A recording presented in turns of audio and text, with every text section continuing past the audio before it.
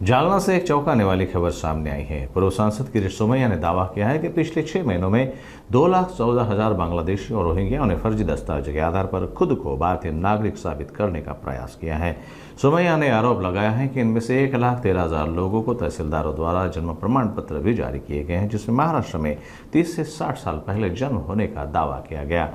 सोमैया ने इस पूरे मामले की फॉरेंसिक जांच और कार्रवाई की मांग की है। जिला कलेक्टर ने भी स्वीकार किया है कि फर्जी प्रमाण पत्रों की जांच की जाएगी और इसमें शामिल लोगों के खिलाफ आपराधिक कार्रवाई भी की जाएगी। महाराष्ट्रात बांगलादेशी आणि रोहिंग्यांना भारतीय बनवण्याचं एक षडयंत्र देवेंद्र फडणवीसनी उघडकीस आणलं आहे। गेल्या 6 महिन्यात 2,14,000 बांगलादेशी रोहिंग्यांनी त्यांचा जन्म 30 वर्ष 40 वर्ष 50 वर्ष 60 वर्षापूर्वी महाराष्ट्रात झाला होता असा अर्ज दिला, बोगस फर्जी कागदपत्र दिले।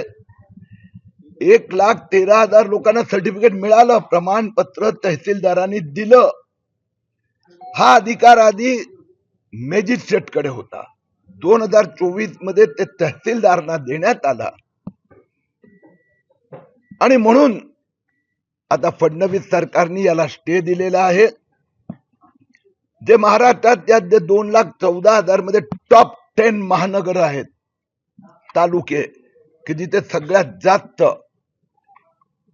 त्यात मालेगाव आहे 4,000 अर्ज, सिल्लोड 4,800 अर्ज, अकोला, अमरावती आणि त्या टॉप 10 मध्ये एक भोकरदन आहे। भोकरदन मध्ये 2,594 अर्ज आले।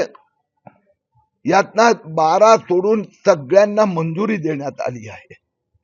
याची चौकशी झाली पाहिजे, फॉरेन्सिक ऑडिट केलं पाहिजे। इथे कशा पद्धतीने बोगस रेशन कार्ड, बोगस शाळेचे दाखले, कोणताही पुरावाच नाही दिला। आज इथे मीटिंग मध्ये हे समोर आलं, कोणताही पुरावा नसताना त्यांना सर्टिफिकेट दिले गेले आहेत। त्या सगळ्यांचं आतापर्यंत रिव्ह्यू केला जाणार आणि ज्या बांगलादेशींना सर्टिफिकेट देण्याची प्रक्रिया सुरू आहे त्यांच्या विरोधात फौजदारी कारवाई करण्यात जिल्हाधिकाऱ्यांनी मान्य केलं।